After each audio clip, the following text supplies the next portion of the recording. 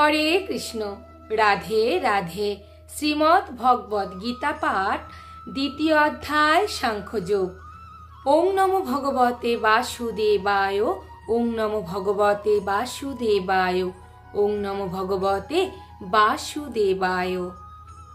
শ্লোক 32।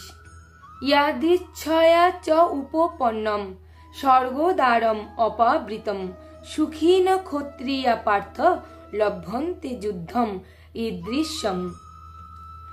ইয়াদৃচ্ছয়া আপনা থেকেই, চ এবং, উপপন্নম উপস্থিত হয়েছে, স্বর্গদ্বারম স্বর্গদ্বার, অপাবৃতম উন্মুক্ত, সুখীন সুখী, ক্ষত্রিয়া ক্ষত্রিয়রা, পার্থ হে পৃথাপুত্র, লভ্যন্তে লাভ করেন, যুদ্ধম যুদ্ধ, ঈদৃশ্যম এই রকম। অনুবাদ: হে পার্থ, স্বর্গদ্বার উন্মোচনকারী এই প্রকার ধর্মযুদ্ধে অংশগ্রহণ করার সুযোগ না চাইতেই যে সব ক্ষত্রিয়ের কাছে আসে তারা সুখী হন। তাৎপর্য: অর্জুন যখন বলেছিলেন এই যুদ্ধে কোনো লাভ নেই, এই পাপের ফলে আমাকে অনন্তকাল ধরে নরক যন্ত্রণা ভোগ করতে হবে, তখন সমস্ত জগতের পরম শিক্ষাগুরু ভগবান শ্রীকৃষ্ণ তাকে তিরস্কার করে বলেছিলেন যে তার এই উক্তি তার মূর্খতার পরিচায়ক।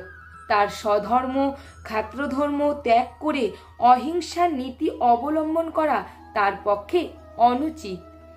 যুদ্ধক্ষেত্রে ক্ষত্রিয় যদি অহিংস নীতি অবলম্বন করে তবে তাকে একটি মস্ত বড় মূর্খ ছাড়া আর কিছুই বলা যায় না। পরাশর স্মৃতিতে ব্যাসদেবের পিতা পরাশর মুনি বর্ণনা করেছেন, ক্ষত্রিয় হি প্রজা রক্ষণ শস্ত্রপাণি প্রদণ্ডয়ন নির্জিত পর সৈন্যাদি ক্ষিতিন ধর্মেন পলায়েত। সব রকম দুঃখ দুর্দশা থেকে রক্ষা করে প্রজা পালন করাই হচ্ছে ক্ষত্রিয়ের ধর্ম, এবং সেই কারণে নিয়ম শৃঙ্খলা বজায় রাখবার জন্য তাকে অস্ত্র ধারণপূর্বক দণ্ডদান করতে হয়। তাই তাকে বিরোধী ভাবাপন্ন রাজার সৈন্যদের বলপূর্বক পরাজিত করতে হয়, এবং এইভাবেই ধর্মের দ্বারা তার পৃথিবী পালন করা উচিত।